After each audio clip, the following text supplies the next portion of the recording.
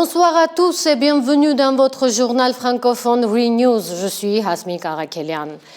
Ce soir, sur une édition spéciale entièrement consacrée à un seul sujet, le nom de l'Arménie est sur toutes les lèvres au cœur d'un sommet historique qui se joue en ce moment même à Washington. À l'heure où je vous parle, le Premier ministre arménien Nikol Pachinian est en tête-à-tête avec le président américain Donald Trump. Dans le mois du Nord, ce sera au tour du président azerbaïdjanais Ilham Aliyev d'entrer à la Maison-Blanche. Avant le point d'orgue de cette soirée, la rencontre trilatérale prévue à minuit, heure d'Erevan. Un sommet que Donald Trump a lui-même qualifié d'historique, promettant une cérémonie de signature de la paix.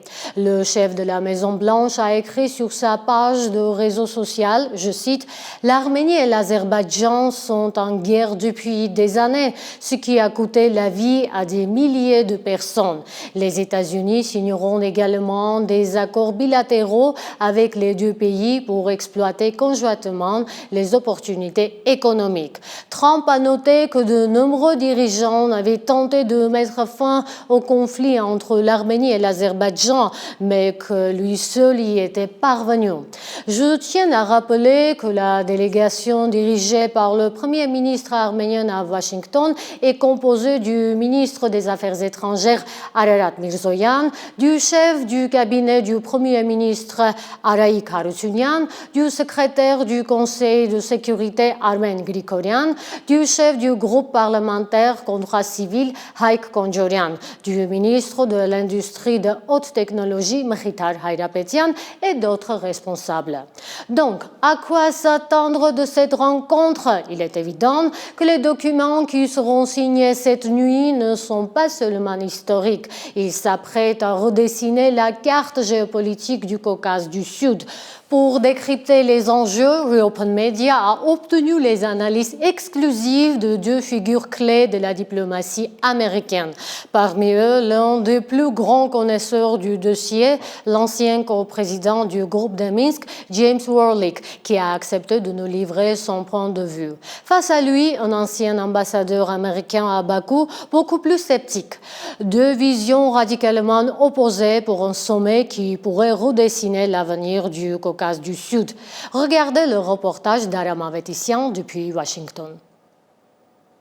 Alors que le sommet du 8 août à la Maison-Blanche approche, les analyses des anciens diplomates américains divergent. L'ancien coprésident du groupe de Minsk de l'OSCE, James Warlick, dans un entretien avec le Open Media, évalue positivement le sommet entre les États-Unis, l'Arménie et l'Azerbaïdjan. Il estime que ces développements visent à redessiner la carte géopolitique du Caucase du Sud. Rappelons que, selon des fuites dans la presse, un projet commercial et d'infrastructure baptisé Trump's Route for International Peace and Prosperity, ou TRIP en abrégé, serait au cœur des discussions.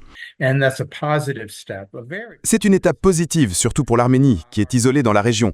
En réalité, c'est bénéfique pour toute la région. Un avis que ne partage pas entièrement Richard Kauslarich, ancien ambassadeur des États-Unis en Azerbaïdjan. Dans un entretien avec Reopen Media, il a exprimé ses inquiétudes concernant plusieurs aspects de cette initiative. Selon lui, l'activité de Trump dans ce dossier est également motivée par son désir personnel de se poser en artisan de la paix sur fond de ses efforts jusqu'ici infructueux.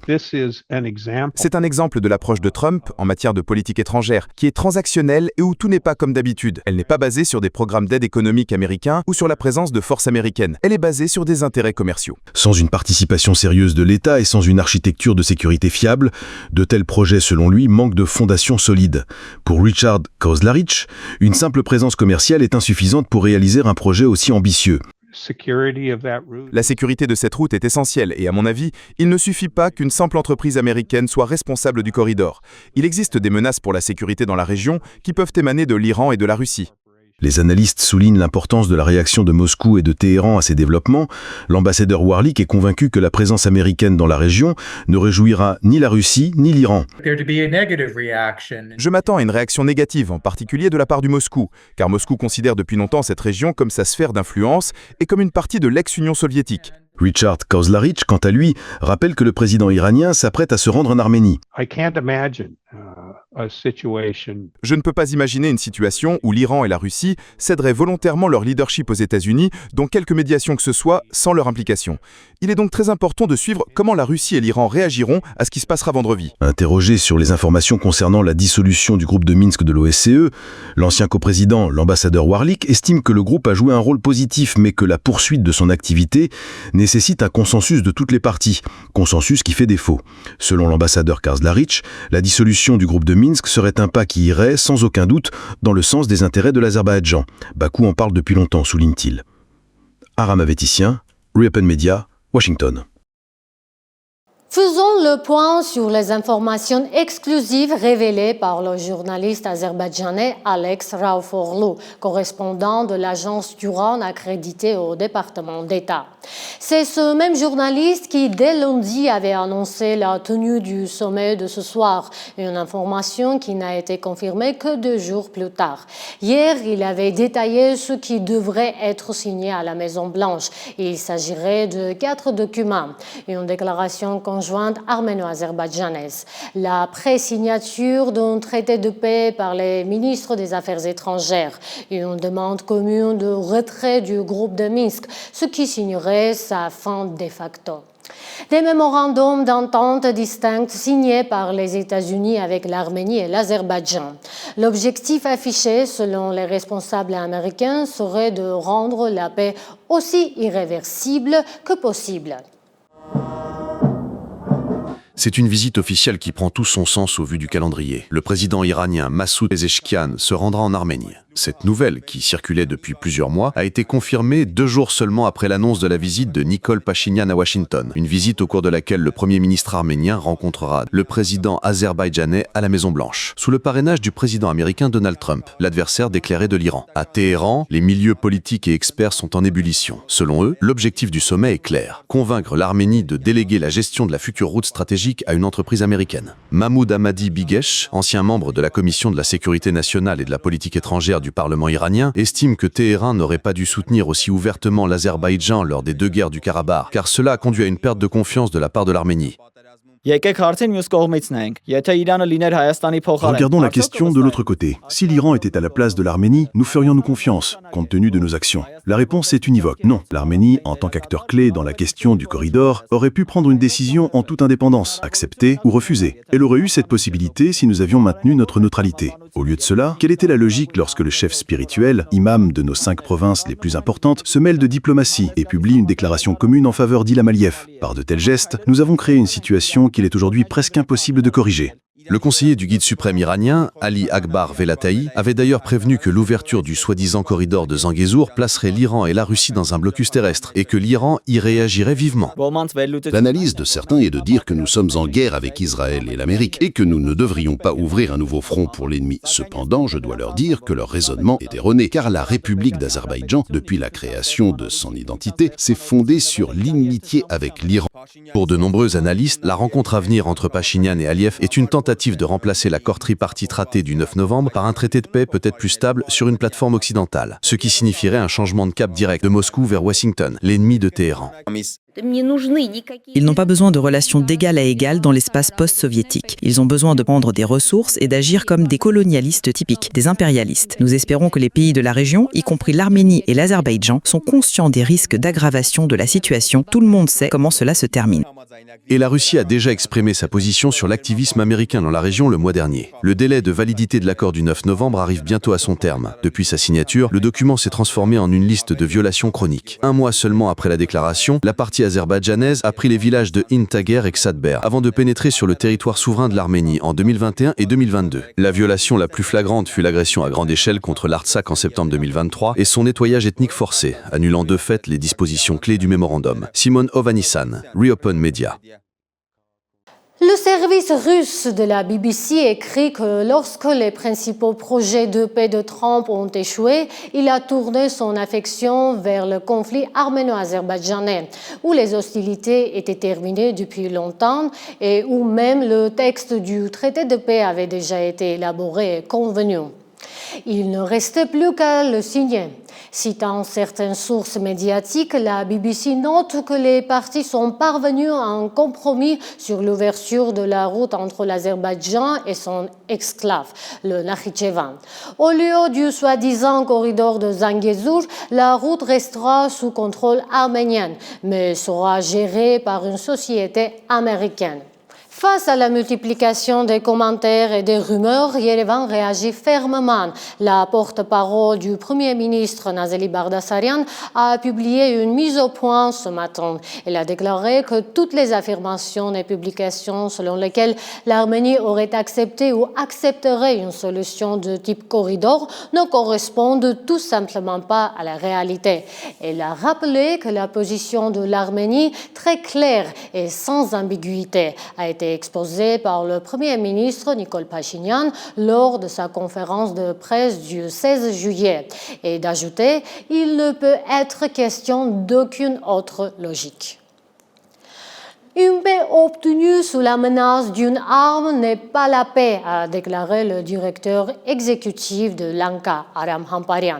Le comité de la cause arménienne d'Amérique est préoccupé par le fait que toute déclaration ou accord publié à l'issue des rencontres aujourd'hui n'abordera pas les priorités fondamentales, parmi lesquelles le droit des Arméniens de retourner dans leur foyer en Artsakh, la libération des prisonniers et otages arméniens détenus par l'Azerbaïdjan, la protection internationale des sanctuaires chrétiens arméniens et la fin de l'occupation militaire du territoire souverain arménien par l'Azerbaïdjan.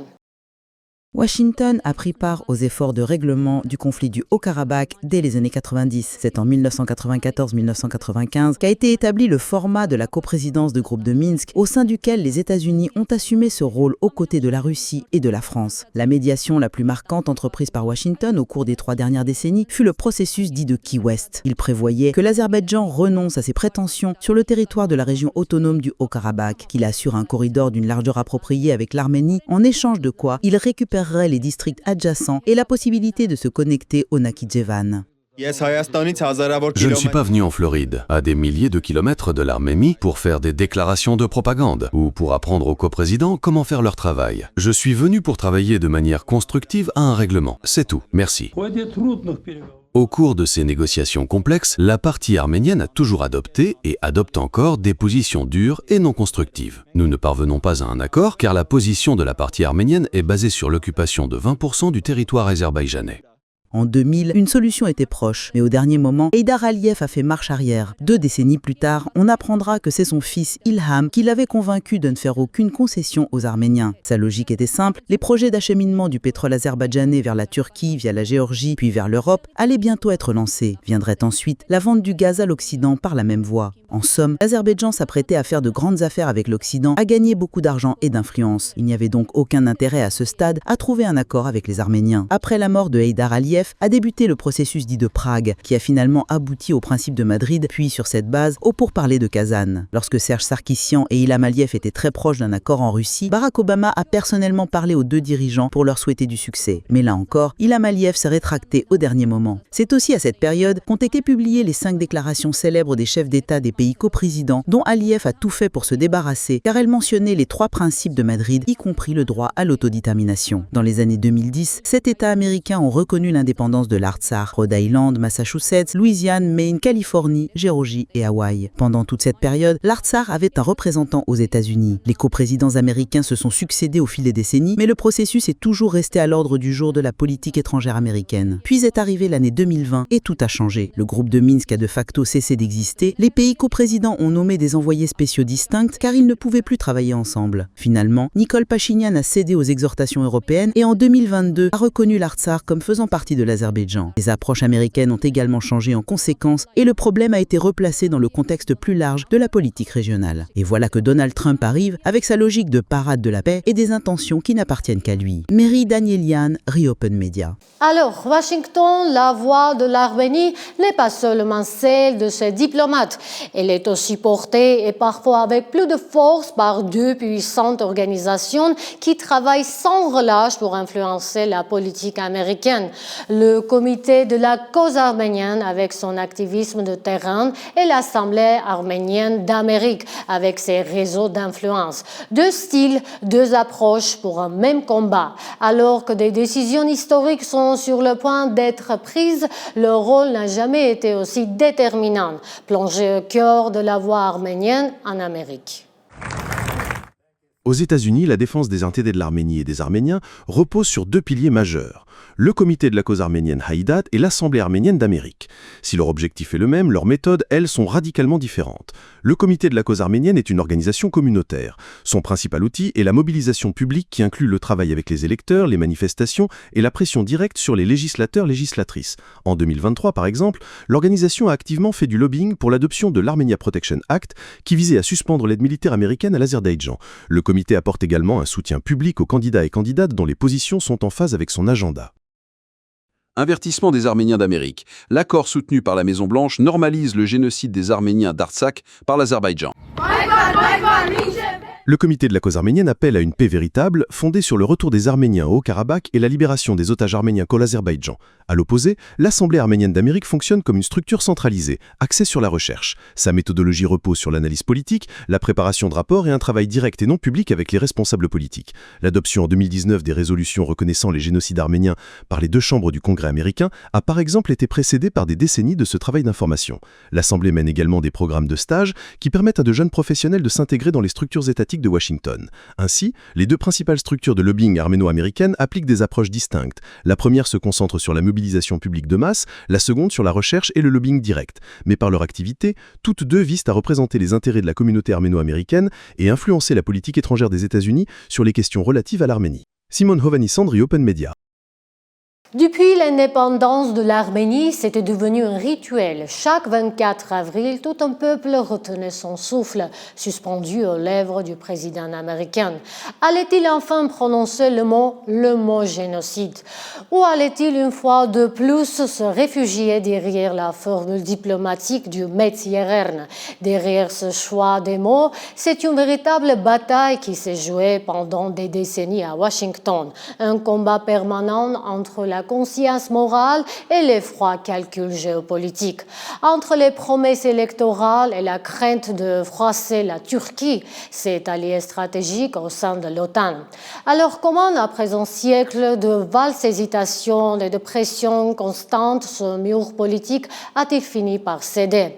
Comment les États-Unis en sont-ils arrivés à une reconnaissance pleine et entière? Retour sur un parcours semé d'embûches où chaque mot prononcé par la Maison-Blanche était pesé au trébuchet de l'histoire.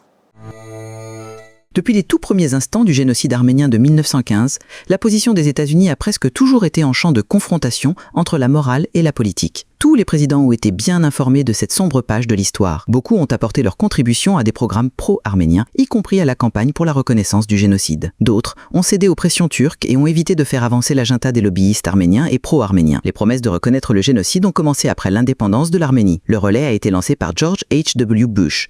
Il a été le premier à adresser un message le 24 avril, sans toutefois y mentionner le terme crucial. Les présidents qui lui ont succédé ont également fait des promesses pendant leur campagne électorale, mais une fois installés à la Maison-Blanche, ils se sont retrouvés face à un choix difficile, honorer un devoir moral ou éviter des conséquences politiques dommageables. L'événement historique a été qualifié pour la première fois de génocide par le président Ronald Reagan dès 1981. Dans son message commémorant l'Holocauste, il a parlé du génocide des Arméniens ainsi que des atrocités nazies, déclarant « Comme le génocide des Arméniens avant lui et le génocide des Khmers du Cambodge après lui. Les leçons de l'Holocauste ne doivent jamais être oubliées. » ont édicté ce terme, préoccupé par l'importance stratégique de la Turquie et son rôle au sein de l'OTAN. Malgré de nombreuses références, George W. Bush père, Bill Clinton et George W. Bush fils se sont limités à des formules comme « la grande tragédie » ou « les souffrances inimaginables du peuple arménien ». C'est Barack Obama qui a introduit dans le discours officiel l'expression arménienne « Metz-Yeren », le grand crime. Sous l'administration Trump en 2019, la Chambre des représentants et le Sénat américain ont adopté à l'unanimité des résolutions reconnaissant le génocide au niveau de l'État. Mais même dans ce contexte, la Maison-Blanche continuait de le qualifier de grande catastrophe. Les Américains honorent tous les Arméniens qui ont péri dans le génocide qui a commencé il y a 106 ans aujourd'hui. Le 24 avril 2021, le président Joe Biden est devenu le premier président américain à l'utiliser officiellement le terme génocide. Ce message de Biden n'était pas seulement historique, il était aussi symbolique, en réponse à la lutte de longue haleine de la communauté arménienne. Bien que le Congrès ait reconnu à l'unanimité le génocide arménien en 2019, Trump n'a pas suivi cette voie. Dans ses déclarations officielles 2025-2026, il a continué d'éviter le terme génocide, préférant la version d'Obama, Meds Iran. Néanmoins, les États-Unis sont aujourd'hui considérés comme un État ayant pleinement reconnu le génocide arménien à tous les niveaux. Voilà ce que nous avions prévu pour vous aujourd'hui. Nous avons essayé de vous dire tout ce qui était possible à l'heure où les événements se déroulent encore à Washington. Nous suivons la situation minute par minute et nous vous retrouverons lundi pour une analyse complète. D'ici là, prenez soin de vous. Merci d'avoir suivi Renews, l'édition francophone de Reopen Media. Je suis Hasmi Karakelian. Bon week-end à tous.